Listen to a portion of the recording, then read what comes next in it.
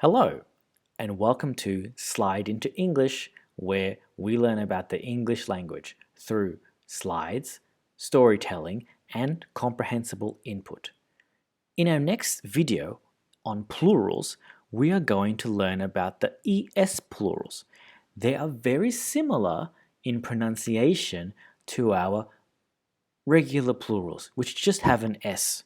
However, certain letters demand that we put an ES at the end of a noun when it becomes plural. These letters are ch, sh, s, x, or z. You will also find that many nouns, although not all of them, which end in the letter O, also demand an ES plural. Let's begin and look at some ES plural words. Bus, buses. Dress, dresses. Glass, glasses. Two different kinds of glasses here. Sandwich, sandwiches. Match, matches. Brush, brushes. Rash, rashes. Box, boxes.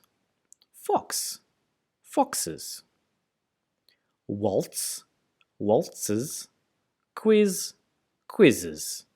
The Z words are a little bit odd and you may not always see them, but it's good to know how to create the plurals anyway. Potato, potatoes. Tomato, tomatoes. Now remember, not all nouns that end in O require an ES. Unfortunately, this is something we need to learn through more input and exposure to the English language. Let's read our text. Don't forget to bring everyone's lunch boxes. Oh boy, sandwiches? What's inside them? Cheese and tomatoes. Do you think you have time to put away the glasses for me? No, sorry, everyone is still in their beds and the buses will be here any moment. Hurry up then and make sure your brothers are wearing their new watches. Thanks so much for listening, guys. If you want to learn more about plurals or you want to see more English language content like this, don't forget to subscribe to Slide into English. Like this video and leave a comment.